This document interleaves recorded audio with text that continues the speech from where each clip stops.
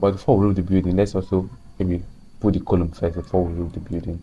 So let's come over to ground floor plan. So right now I want to show you how to design your own column by yourself. So we'll make it of slab also. So let's form a base. We design one column.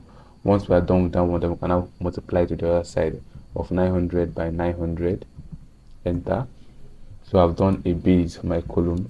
Let me change the setting of the base to be 600, or rather 900, and it's going to 0.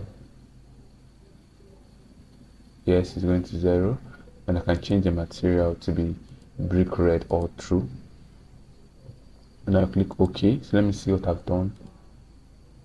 Okay, I can then lift this up. I want it to be above the DPC, so I'll lift it up by 300.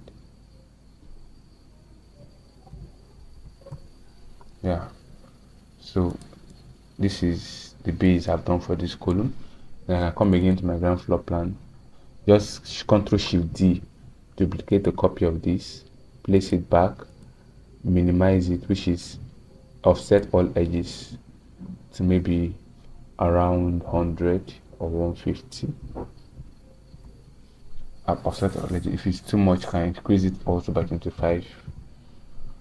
So then I'll now increase this thickness, or rather the height. I will now increase the height to around 5,000, or yeah, let me increase it around 5,500, which is the total height of the column. If it's not up to, or if it's less than, I'll increase it. Also, I recall that I did not do my settings for the height for the base, so I'll come out to my ground floor plan again to this setting. Remember, the slab height is now, or thickness is now 5,500. Now it will now come over to this building by also 5,750. Let me confirm that. So let me show all in 3D. Perfect. So as you can see, I'm designing a column and it's working perfectly.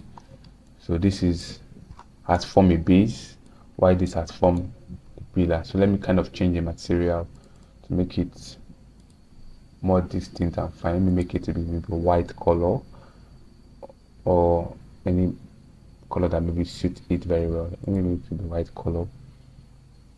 Okay, I don't make a white color again, so let's look for another color to use. Maybe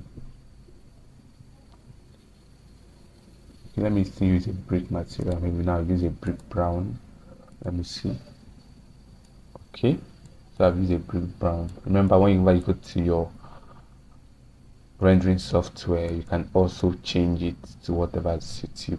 So now I've designed a column. Now let me cap this column. I want to cap the column, so with a white material. Come back to my ground floor plan. Let me cap the base first. Ctrl Shift D. Let me cap the base, place it back, offset it by 30. Then I want the height to be around 100.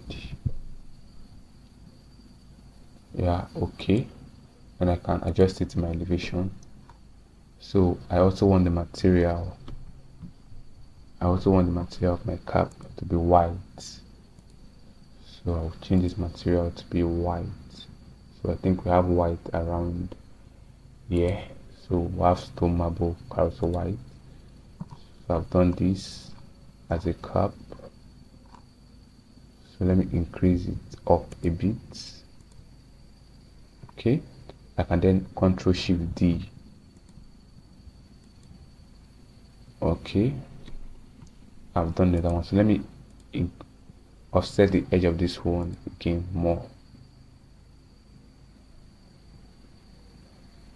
Let me offset the edge of this more. So maybe more 20 or 20 again.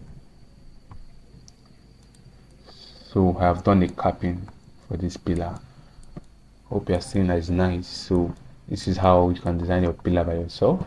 So I can now duplicate it to the upper side of the pillar to also cap the one up.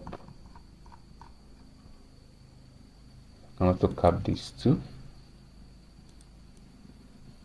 Okay, so it's not covering the entire. In fact, this one inside is kind of tall.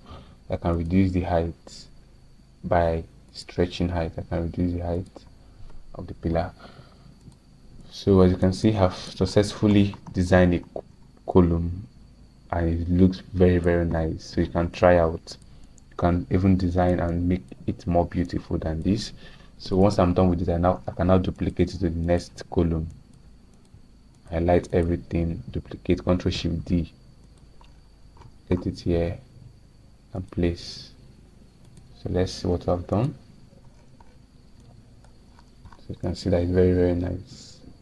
So I've designed a column for this house and it looks very, very real.